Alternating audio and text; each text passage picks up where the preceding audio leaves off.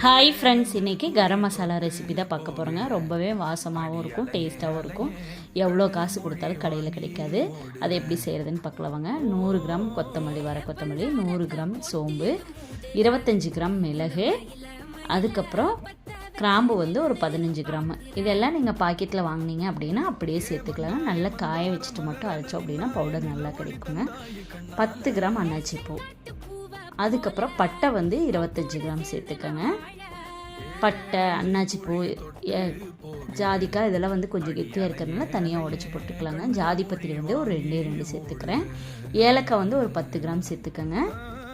கருப்பு ஏலக்காய் வந்து ஒரு 5 கிராம் சேர்த்துக்கங்க, இல்லை ஒரு 5 கவுண்ட் பண்ணி சேர்த்துக்கங்க. கல்பாசி வந்து ஒரு 10 கிராமு, மராட்டிய மூக்கு வந்து ஒரு 10 கிராமு, ஜாதிக்காய் வந்து 1, ஜீரகம் வந்து ஒரு 25 கிராமு, பிரிஞ்சி இலை வந்து ஒரு 5 கிராம் சேர்த்துக்கோங்க. தனியாக 5 கிராம் வராதனால நான் கிராம்பு சேர்த்துட்டு இப்போ 5 கிராம் கவுண்ட் பண்ணி எடுத்துக்கிட்டேங்க. இது எல்லாத்தையும் தனியாக பிச்சு மிக்ஸி ஜாரில் சேர்த்துக்கோங்க.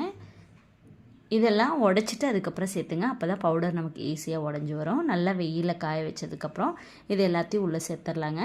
பிரிஞ்சி இலை வந்து பெருசாக இருக்கிறனால அறவிடாது, அதனால நல்லா பிச்சுட்டு உள்ளே சேர்த்துருங்க. இந்த கெட்டியான பொருளெல்லாம் கொஞ்சம் தட்டிட்டு போட்டோம் அப்படின்னா ஈஸியாக மிக்சியில் அரைஞ்சி வரும். அதுக்காக லைட்டாக தட்டிட்டு உள்ளே சேர்த்துக்கிறேங்க. ஜாதிக்காய், பட்டை, அன்னாச்சி பூ இதெல்லாம் தட்டிட்டு உள்ளே சேர்த்துக்கிட்டேங்க.